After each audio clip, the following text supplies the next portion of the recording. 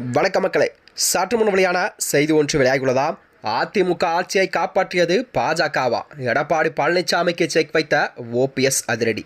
வாங்க வீடியோவை முழுமையாக்குங்களா. அதாவது பகுத்தறிவு பகவன் தந்தை பெரியாரின் 147வது பிறந்தநாளை முன்னிட்டு தான் சென்னை அண்ணா மேம்பாலம் கீழே உள்ள பெரியாரின் திருவுருச்சிலைக்கு கீழே அலங்கரித்து வைக்கப்பட்டுள்ள பெரியாரின் திருவுருப்படத்திற்கு முன்னாள் முதலமைச்சருமான தொண்டர்கள் உரிமை மீட்பு குழுவின் ஒருங்கிணைப்புமான ஓ பன்னீர்செல்வம் அவர்கள் மலர்தூவி மரியாதை செலுத்தினாராம்.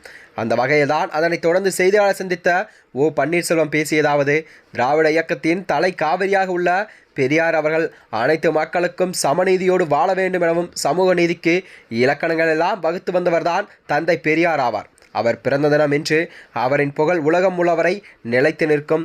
சமுதாயத்தில் ஏற்றத்தாழ்வு சமுதாயத்தை உருவாக்க வேண்டும் என்று திராவிட இயக்கத்தின் பெரியாரின் புகழானது இன்று உலகம் ஒருவரை வளைத்து நிற்கும் என்று அவர் கூறியிருந்தாராம். அதாவது தொடர்ந்து நீங்கள் ஆவலோடு கேட்கும் கேள்விகள் எல்லாம் எனது இதயத்திலிருந்து மூளைக்கு சென்று கொண்டிருக்கிறது என்பது ஓபிஎஸ் அவர்கள் கூறியிருந்தாராம்.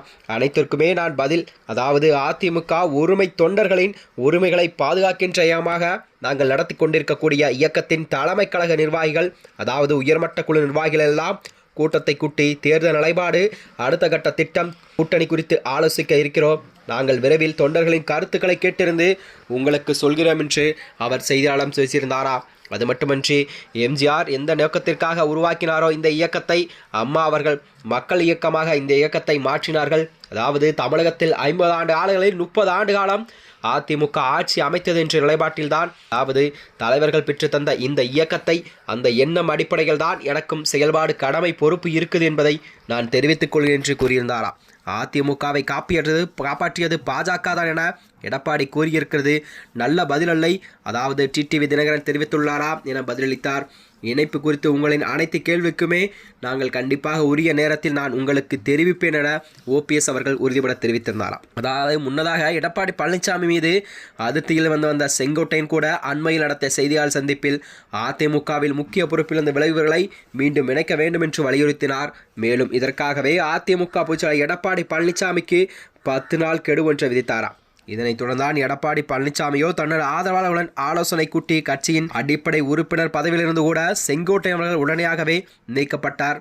அதனைத் தொடர்ந்தான் அதன் பிறகு டெல்லி சென்ற செங்கோட்டையன் அவர்கள் உள்துறை அமைச்சர் அமித்ஷா மற்றும் நிதி அமைச்சர் நிர்மலா சீதாராமனை சந்தித்து ஆலோசனை நடத்தி வந்ததாக செய்திகள் வெளிவந்தன.